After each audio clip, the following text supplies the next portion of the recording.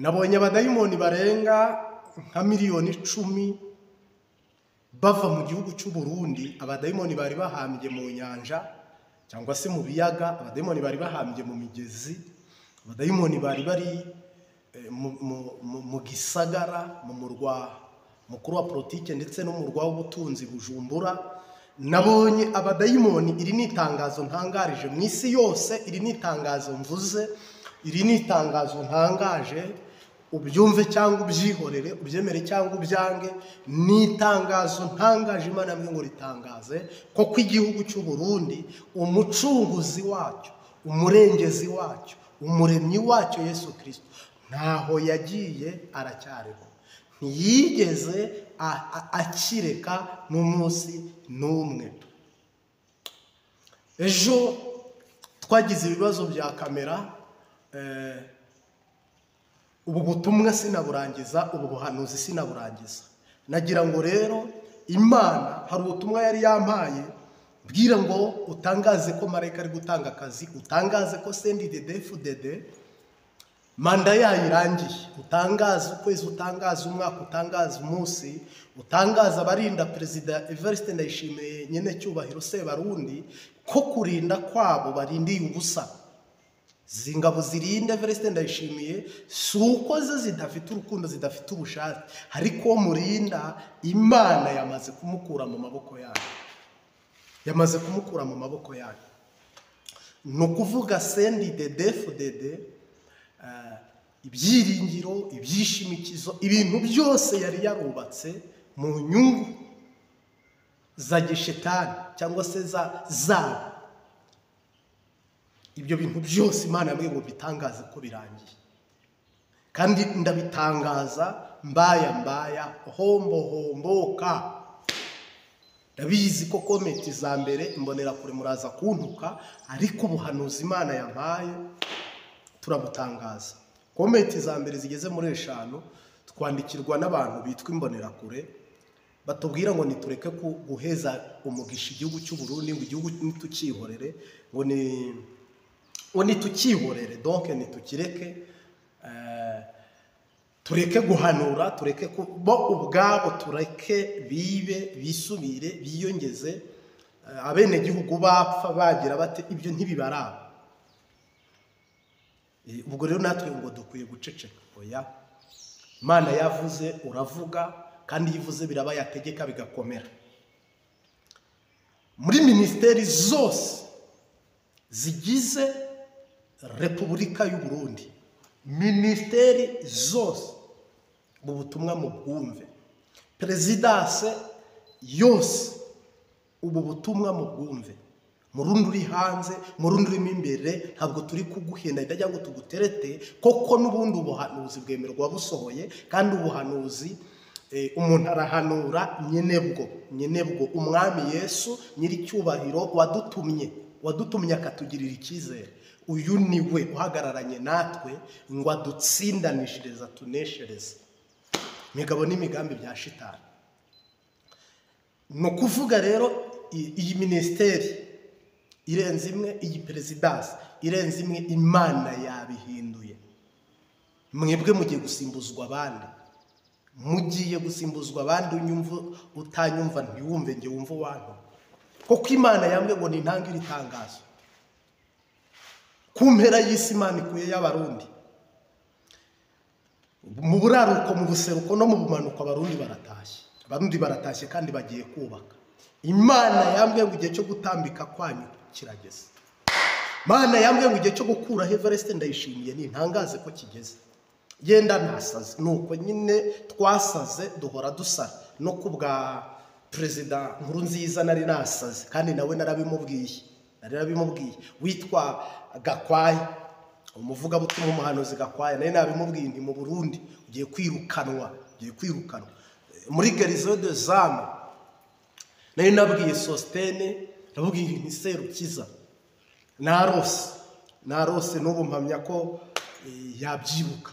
Imbuga nkoranyambaga zari zitaraza, nabonye mu Burundi wirukanwa. Jean Pierre Mungagara naramubwiye nti akiri umuririmbyi mu yindi eglise ataratangiza eglise, ndamubwira ngo wibye abaririmbyi, ugiye kubatangirisha eglise iki ugezemo bazagukubiramo 7. Buno tuvugana nawe byarasohoye. Ubu tuvugana rero Evariste General Major Ndayishimiye nyine cyubahiro rwose mubyeyi. Imana yambwiye ngo nkubwire ngo uhoraho yambwiye piyeshezerebo zomene yazopa. Imana yambwiye ngo nkubwire ngo hano kuri kamera mbitangaze ngo nkubwire ngo manda yawe irarangiye, ntabwo uzongera kuba perezida w'u Burundi. Kandi ntangaze ku kwezi kuraba utakiyoboye igihugu cy'u Burundi. Kandi ntangaze uyu mwaka ko utazaba uri umwe. Imana yambwiye ibintu by'ubukomedi, ibintu by'amafilime, ibintu by'inzenya, ibintu by'imikino mu Burundi. Ntabwo Burundi ntibuzongera gutwarwa n'umuperezida usa n'umuntu uri mu bintu by'ubukomedi cyangwa se usa n'umuntu uri mu bintu by'imikino. Jamais, jamais. Ibyo bintu Imana yabishyizeho iherezo. Birabarira bere kurira utabarwa kurabonetse. Ayiwe birabarira bere kurira utabarwa kurabonetse. Birabari boye kurira utabarwa kurabonetse. Birabarira bere kurira utabarwa kurabonetse. Birabarira boye kurira utabarwa kurabonetse. Nabonye abadayimoni bava mu nyanja cyangwa se mu biyaga byose n'imigezi batonze umurongo nka kumwe mwigeze mubona impunzi zigenda, ariko bo bari abadayimoni mu izina rya Yesu Kristo. Ari inkuru umuntu avuga akabanza kujya ashyiramo amaraso Yesu Kristo kugira ngo bibe umugisha ntibibe ibibazo. Mbona intara zose dayimoni yose iromotse irataye iragiye. Ubutaka bwarutse, kirere kirahubukamo ibintu by'ibishitani. Peteshezerederere bosomene yazopaya mu izina rya Yesu Kristo. Turahamya Yesu wanesheje wazutse. Nawe udukurikiye mu gihe tuvuga ibi bintu byutokesha ujye uhambiriza mu izina rya Yesu. Turabaragwa n'abafite umugabane muri Kristo Yesu. Ariko Imana ikitweretse tugomba kugitangaza no kukivuga. Nza mbona shitani ziragiye. Marayika wanyerekaga arambwira ngo abadayimoni barenga 10,000 niba warageze muri BK Arena, abaruta abantu baba bari muri BK Arena. BK Arena ngira ngo ijyamo 11,000. Abo rero baromotse barataye baragiye. Igihugu cy'u Burundi piyeshezerederebo ingoyi cyari gifite, aho mwari mwaragihambye, aho cyari cyarazimiriye, aho cyari cyaragishiye. Igihugu cy'u Burundi umuzimu wari warakinize ngo kitajya kitanywa. Murundi wariraga mu gitondo akarira n'ikigoroba. Yewe urengana umva uko horaho yambwiye ngo ntangaze. Mana yavuganye nanjye irambwira ngo nimbitangaze. Sendi dede hagiyemo towa byabaye expired. Hari ibintu muhanura mugatinya, ibindi mugaceceka, ibindi mukabica ku ruhande, ibindi ni ntiteranya, ibindi ni ntagira ibyo sitaraho. Hombo kambaya. Ingoma y'abadede irarangiye. Dore uyirangije wa nyuma ni Evariste Ndayishimiye. Abasigaye mwese mugiye kujya ku rutonde Imana ibayobore. Mugiye kujya ku rutonde Imana ibayobore. Kandi baganze kandi bategeke. Abanze muzamera nka wa muntu agiye kuramira isanduku y'isezerano. Kuko hano harimo abantu babyitamo bakajya bidumbukiza cyangwa bita imbere. Nutaba amaso, je ntabwo ari wantoranyije, natoranyijwe n'Imana. Nutaba amaso ukidumbukiza uzabirebesha amaso ntuzabijyaho. Hano abantu babiri bagomba gukurikirana ubu butumwa bwiza. Nubukurikira akabwizera kazaragwa ingoma, ni nubukurikira ubupinga akazabirebesha amaso ntahabwa umugabane wabyo. Kuko niko ubuhanuzi buba bwubatse. Mu gihe utabyizeye ntushobora kubibona. Bishobokera bizera. nta mbunda zindi nta bindi ubu buhanuzi ku Mbabazi TV 3 maze iminsi mbibabwira, narabibabwiye, Imana ibimbwira ngo mbibabwire, n'ubu mbisubiyemo ndabitangaje. Mugiye kubona Imana yimura CNDD-FDD n'imizi yayo n'ibibabi byayo, ni nk'igiti iri buranduze hatazagira n'akantu gashibuka. CNDD-FDD imbuto yayo ntigomba kwera no kumera. Yabibye imbuto y'inkona n'ibiswi by'inkona, no kwiba no gusambana no gusahura no gusahurwa. Mbese shitani irayikoresha. Igihugu kirakena, igitoro kirabura, amafaranga y'amanyamahanga amadolari arabura, impunzi zirahunga, izindi ziriyongeza, abandi barabanyuruza, abandi ku ngoma y'abadede uvuga rikijyana arica agakiza. Uvuga rikijyana arica agakiza. Peteshezere dededebo. Uturengere Mana, uturengere, uturengera amazi atararenga inkombe. Uturengere Mana, uturengere, uturengera amazi atararenga inkombe. Uturengere Mana, uturengere, uturengera amazi atararenga inkombe.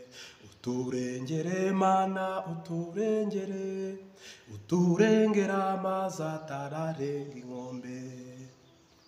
Imana yambwiye ngo igiye gutanga akazi. Marayika ukorana na Dawidi, Imana yambwiye ngo aho usengera, aho wiyirije ubusa, aho ufite impano, aho ufite ingabirano, mutangire mwibaruza ubu, mutangire mwiyandikisha ubu, buno mu mwuka mwiyandikishe, buno utangire urebe ministeri ugiye gukoreramo, buno utangire urebe aho ugiye gucururiza, buno utangire urebe nk'uko umuntu ategura umugeni bazubakana umunsi urenze umwe, nk'uko umuntu yubaka inzu azabamo mu kwizera. Mu mezi tugiye kubarira hano ku ntoki, tegura, teganya, birihutirwa. Iri nitangaza Imana amaye ngo ntangaze. Yitegure igisata urabubarizwamo, itegure ministeri uraburi gukoreramo, koko akazi ugatanga yatangiye kugatanga, kandi ugatanga ni Umwami Yesu, kandi yakazanye, kandi ntari gusubire. Nicyo kikubwire ko ibintu ari seriye, ibintu ni seriye. Tekeshezere dededebo, umva ikimenyetso Imana yampaye cyihutiro, cyihutiro. Dore minisitiri umwe arahunze, uwundi akoze impanuka.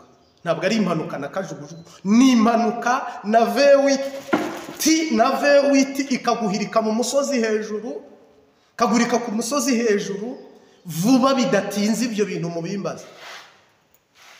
Turageza mu kwa 9 ibyo byasuba bibare muri uku kwa 6 no kwa 7 no ku 8. Mu kwa 9 uzagaruka hano umbwira uti ibyo bintu ntabyo nabonye. Umwe arahunze undi akoze impanuka. Hari n'indi nababwiye ugiye gupfa. Ugiye gupfa. Icyo kikubwira ko twatumwe n'Imana, tutatumwe n'abantu, tutazanatumwa n'abantu. Ntabwo Imana itoranya ngo n'abantu batoranye. Imana ntiyimika ngo n'abantu bimike. Kandi ni ngombwa kupinga, ni na ngombwa ko haba byizera, koko Bibiliya iravuga ngo bishobokera bizera. Kandi ni ngombwa ko na Yesu yazuye umuntu kwa Yayiro, baravuga ngo umwana yarasinzire yagiye aramukangura. Ariko kugira ngo Imana ibemeze, isubira kwa Lazaro ku nshuti, arapfa, baramuhamba, baranabikira. Yesu ntiyajyayo. Mutongera kugira ibyo mwitwaza, ubwo muzi ko murusha Imana ubwenge. Yesu ajyayo amaze iminsi 4 mu gituro, yatangiye kunuka, azura Lazaro. Nimutemezwa n'ibi ngibi muzemezwa n'ibimenyetso. Ariko twebwe tuvuga ukuri, tuvuga ijambo.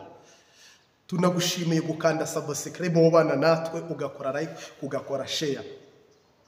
Ariko ibyo nibimenyetso nguhaye. Ubu tuvugana rero marayika ari kuzenguruka intara zose, yimika, asura, areba abakora n'aba bakora neza, areba imitima y'abakunda igihugu, areba abantu bemera igihugu, areba abantu bakorera igihugu, areba abantu batoranyijwe n'Imana gukorera igihugu. Areba abantu bagomba kugendana na Yesu. Kugendana na Yesu ni banga rihambaye, ni banga rihambaye. Kugendana na Yesu ni banga rihambaye, ibanga rihambaye. Imana irambwira ngo igihe kigiye kugera abadamu n'abapfasoni b'i Burundi ngo byare mutabazwe sha. Mugiye kubyara mutabazwe kubera Imana izaba yahageze. Abapapa bo mu Burundi ubu ngubu i Burayi, abariya bari mu bihugu bitandukanye, kuba wapfa ugapfira i Burayi ugashyingurwa n'ikintu kigoye cyane, kuba wagurinze i Burayi n'ikintu kigoye cyane, ariko nyamara uvuka mu gihugu cy'u Burundi waryama ukaba mu buzima wisanzuye. Ngo umugisha Imana ikuzaniye mu mvugira uti Imana, umugisha Imana iguhaye. Ubu tuvugana rero marayika yongeye gucyura impunzi kandi yarirahiye ko icyubahiro cyatazagiha undi.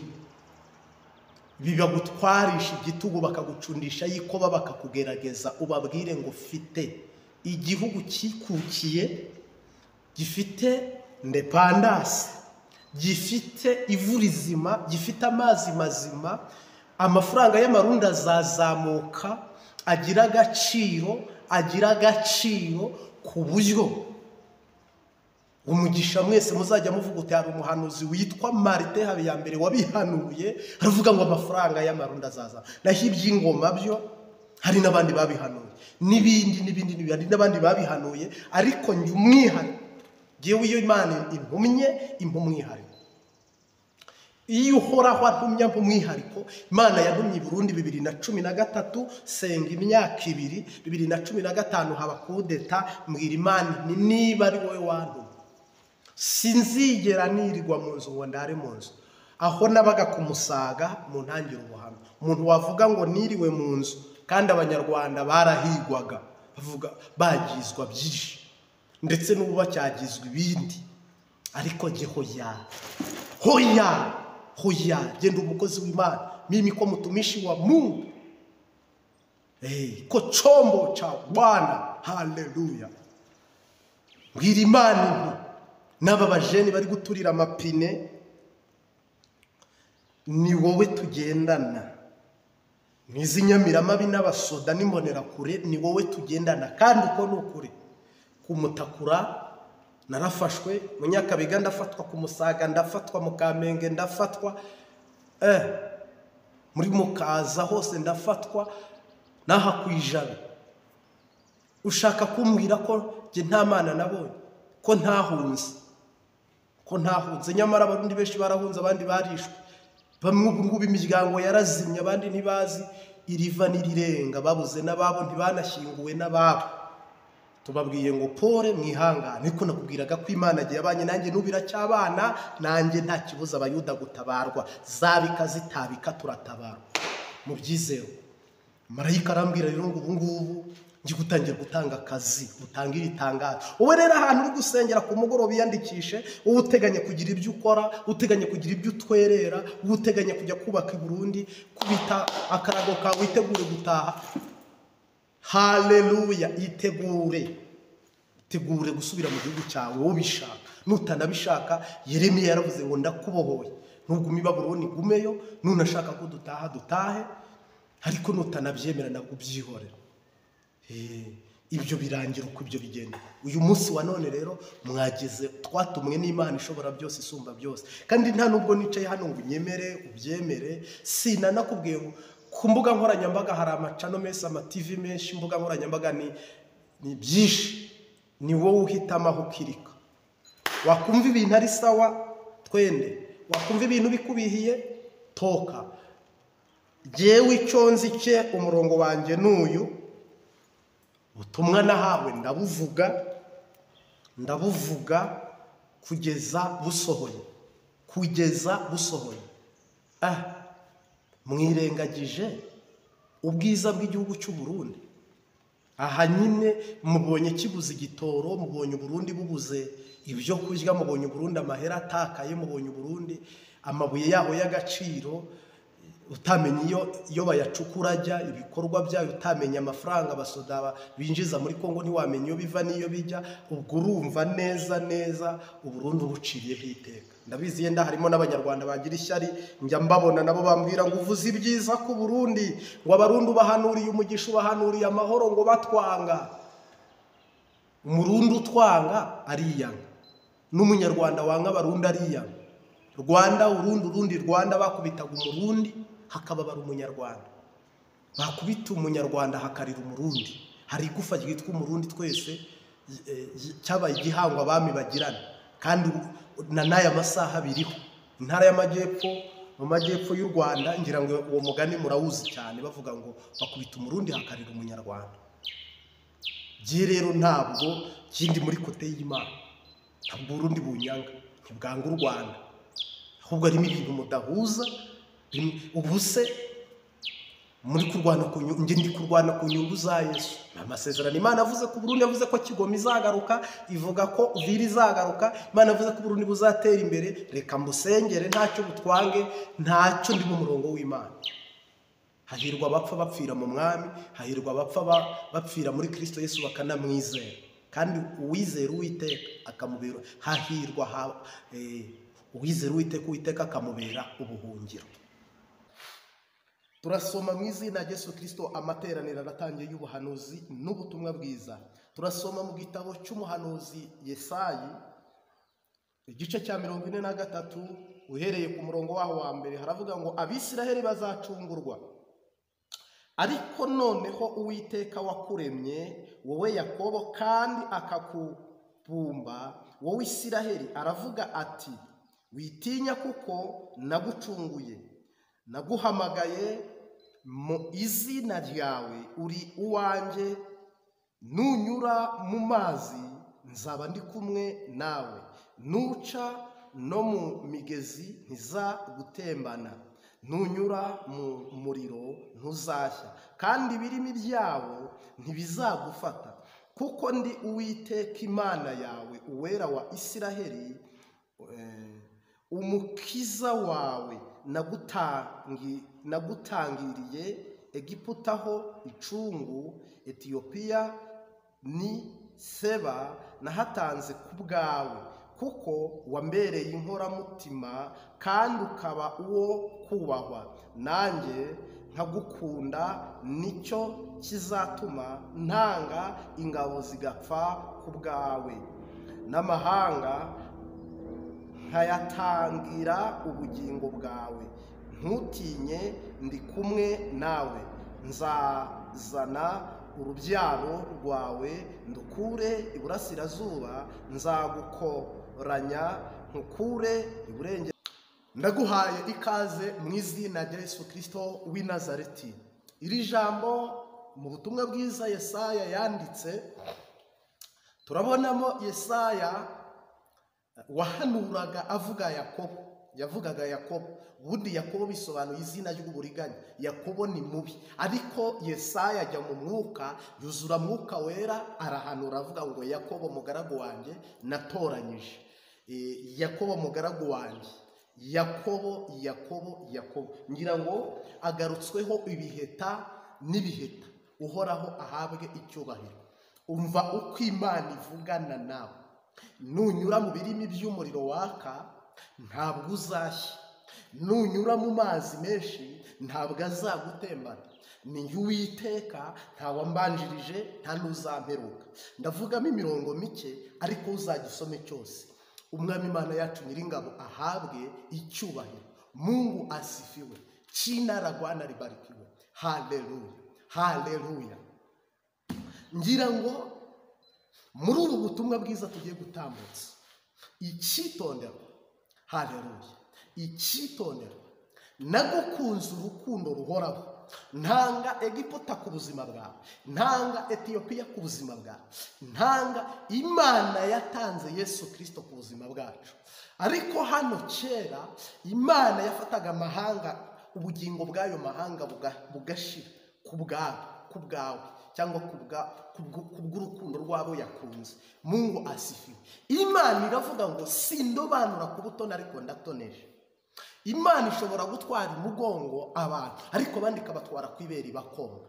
Ntabwo nzi urukundo ufitaniye n'Imana, sinzi ubumwe ufitaniye n'Imana, ariko icyo nzi cyo nuko Bibiliya iravuga ngo uko tuzasa nikurahishura, ngo nicyo gituma abisi batatuzi, ngo ariko hari igihe kimwe bizasobanuka byose, abana b'Imana tugahagarara twemye. Mungu asifiwe sana. Yakobo hano rero Yesaya wari minisitiri w'ububanyi n'amahanga mu by'ibwami wasenze akavuga ngo Imana imukoze ikararyaka ku munwa. Hano yari ari guhanura. Uyu munsi wa none nanjye ndimo ndaguhanurira. Mungu asifiwe sana. Nagira ngo nkutangarize muri aya mezi 3. Nagira ngo nkubwire muri aya mezi 3. Nduwiteka Imana yawe bisobanura iki?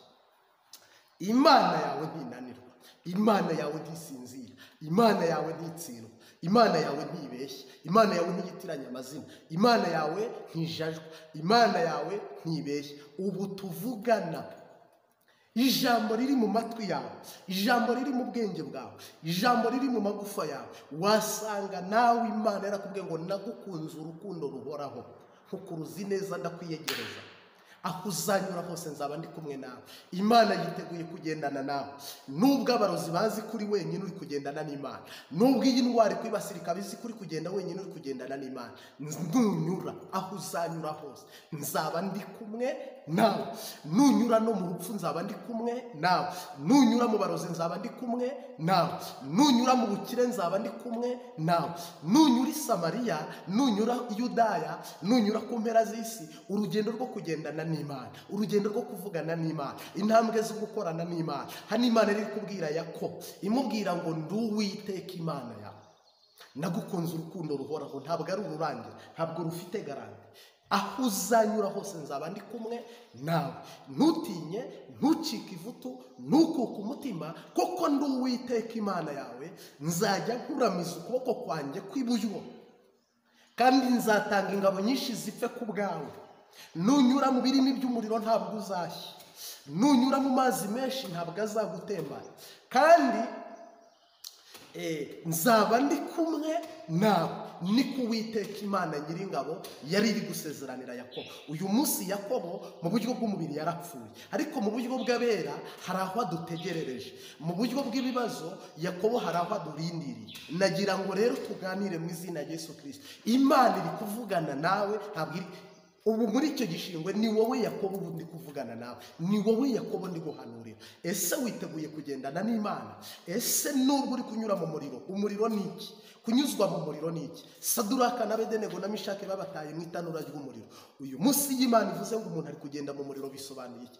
Umuriro ni ibigeragezo, umuriro nubabaza, umutima wawe uba uri gushya, uba uri mu bibazo, uba uri mu ntambara, ariko Imana ikavuga ngo nzaba ndi kumwe nawe, nzakuramiza ukuboko kw'iburyo, nzagendana nawe, nzakorana nawe, nzicarana nawe, nzasangira nawe, nzamarana nawe. Imana ishimwe ko utari kugenda wenyine.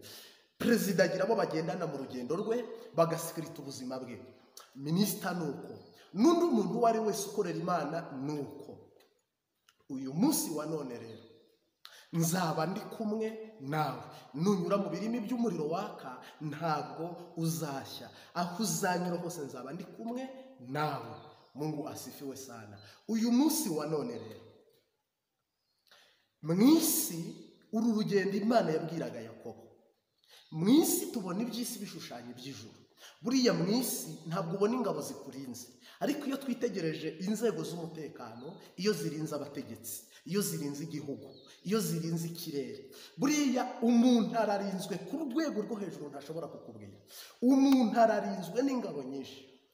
Umuntu umwe yigeze asenga, Elisa ari kumwe na Gihazi, bajya mu mavuta, bajya mu hishurirwa. Aravuga ngo Gihazi wabona iby'umubiri ahishurirwa iby'umubiri, yerekwa iby'umubiri. Aravuga ngo mbonye ingabo zidukikuje cyangwa zituzengurutse hano i Samariya.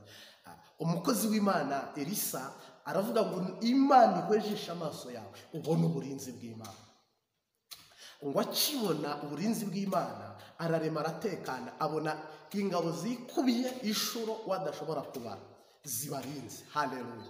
Uyu munsi wa none tubona intambara ziturwanya. Amaso yawe ari kubona abakuroga, amaso yawe ari kubona ubukene, intambwe zawe ziri kubona ibibazo, intambwe zawe ziri kubona amadeni, intambwe zawe ziri kubona abakwiba, intambwe zawe ziri kubona abakuriganya, intambwe zawe ziri kubona ibyaha gusa, intambwe zawe ziri kubona ibibi. Shitani azana ibibi akaba ari byo atwereka. Uyu munsi wa none uhoraho ahwejesha amaso yawe akubwire ngo Yakobo, nzaba ndi kumwe nawe mu birimi by'umuriro, nzaba ndi kumwe nawe mu migezi itemba, kandi ibirimi by'umuriro waka ntibizagutwika. Uhoraho ahwejesha amaso yawe akubwire ngo nzatanga ingabo nyinshi zipfe ku bwawe, akubwire ngo nzatanga Egiputa w'ingwate ku buzima bwawe, nzatanga Etiyopiya ho guseba ku buzima bwawe, ntabwo uzakorwa n'isoni. Ngo nicyo gituma nzatanga ingabo nyinshi zikapfa ku bwawe, kandi nta wambanjirije nta n'uzamperuka.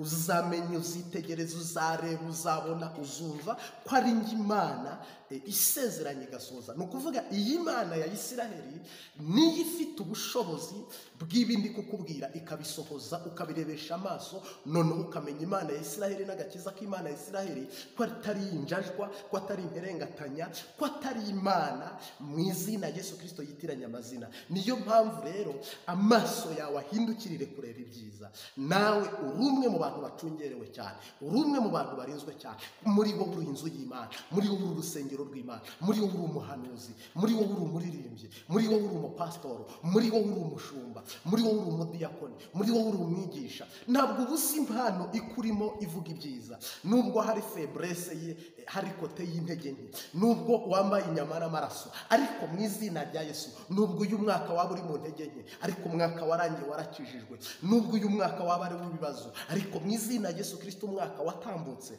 wabaye umurokore umutagatifu.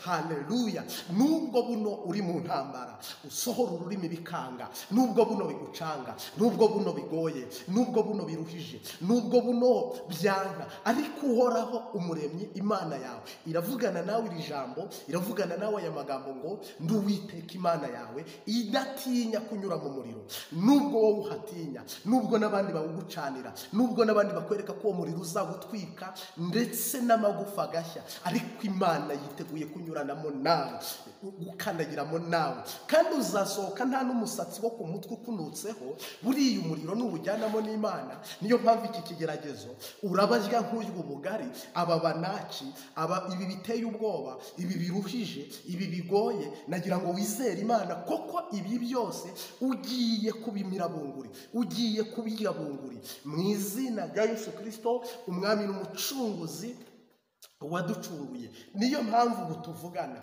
niba wizeye Imana, Imana ntitinya amazi. Tujya tubona amazi ahorerana, tujya tubona inyanja zuzuriranye, imigezi isurirana. Ibyo byose ni ibigeragezo, ariko Uwiteka Imana yawe yakuremye wowe Yakobo, ikakubumba, iravugana nawe ngo sinzaguta, naguciye imanzi mu biganza, nkukuruzi neza ndakwiyegereza, ntabwo nzagutererana, nta nubwo nzaguhana. Uyu munsi mu masengesho y'amezi 3 mu buryo bwo kwizera, turi muri aya masengesho, ni wowe Imana igiye gukorana nawe. Urava muri uyu muriro, urava muri iki kigeragezo, mu izina Yesu nturi bupfe, mu izina Yesu ntacyo uri bube. Onodijezi Imana ihagararanye nawe. Shebukureba urasanga hari marayika uzanwe no kurwana ku ruhande rwawe, hari marayika uzanwe no guhagararana nawe, hari imbaraga zizanwe no kugushyigikira ukagira ijambo. Hari imbaraga zizanwe no kugukomeza, hari ubutwari ugiye kubona, hari imbaraga ugiye kubona utizigaga, ariko Imana iravugana nawe ngo witinya. Haleluya. Mugaragu wanjye witinya, kubera ko nzatanga ingabo nyinshi zizapfa ku bwanjye, zizapfa ku bwawe. Mungu asifiwe sana. Haleluya. Nezezwa n'Imana isezerano yaguhaye. Wasanga mu nzozi waravuganye n'Imana, mu ijambo waravuganye n'Imana, mu ihishuriro waravuganye n'Imana, mu iyerekwa waravuganye n'Imana. Nagira ngo ngutangarize ko ntacyo uzaba. Yewe Yakobo witinya, musabyi wanjye witinya, mugaragu wanjye witinya, ahubwo nzaba ndi kumwe nawe. Jina la Bwana libarikiwe. Nzaba ndi kumwe nawe. Ihindura ibyanze guhinduka, Imana ihindura ibyanze guhinduka. Haleluya. Mana uhindura ibyanze guhinduka, uhindura ibyanze guhinduka. Ayiwe ngo uhindura ibyanze guhinduka, uhindura ibyanze guhinduka. Mumvugira uti Imana, Imana, mumvugira uti Imana, Imana, mumvugira uti Imana, Imana ishobora byose, Imana itari Bayali, Imana itari Dagoni, Imana niyo rubasha, Imana niyo mubyeyi. Mumvugira uti Imana,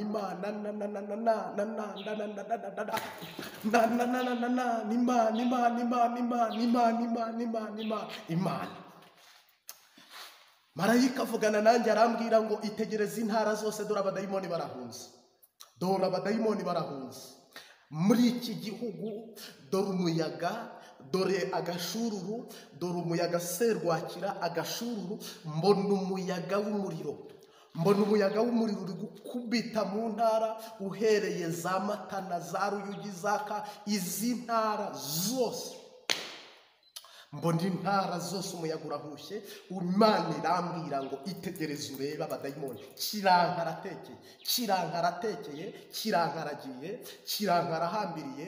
Amasengesho yacu agera kure cyane, atambuka n'inyenyeri, umutima w'umuntu ujya imbere y'Imana, ugakomanga urugi ushaka kureba Imana.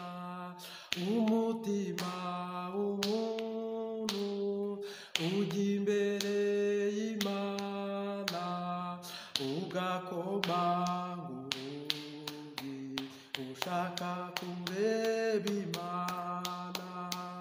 Amahoro yuzuye twabona muri iyi si, kwa Data niho gusa hasendereye amahoro. Umutima uzatuza n'umucyo uzaba mwinshi, niba dukurikiye inzira y'amasengesho. Umutima uzatuza n'umucyo uzaba mwinshi, niba dukurikiye inzira y'amasengesho. Ndetse n'umwana muto uzi gusenga Imana, ntabwo azagira ubwoba, azafashwa no gusenga. Kandi nitwibagirwe yuko aho tujya hose, yuko gusenga kwacu kugera ku Mana Data. Kandi nitwibagirwe yuko aho tujya hose, yuko gusenga kwacu kugera ku Mana Data.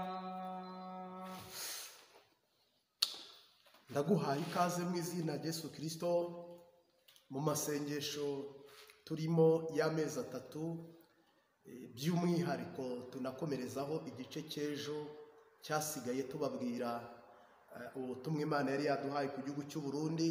Ariko unyemerere dusenga n'Imana, unyemerere twiragize Imana, tuze dutangaze ubutumwa bwiza. Bibiliya yawe ntukagabanye ntukongere.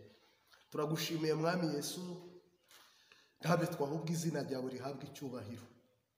Usumba byose, ushobora byose, waremye byose, wahanitse ikirere udendeza n'inyanja. Natwe rero dufashe umwanya n'akanya ko kuvuga ko uri umwami, uri n'umukiza. Ngaho rero ubutumwa bwose uduha, ibyo udushoboza, ibyo tubashisha, gutangira no gusoza, ubane natwe mu izina rya Yesu Kristo. Amen.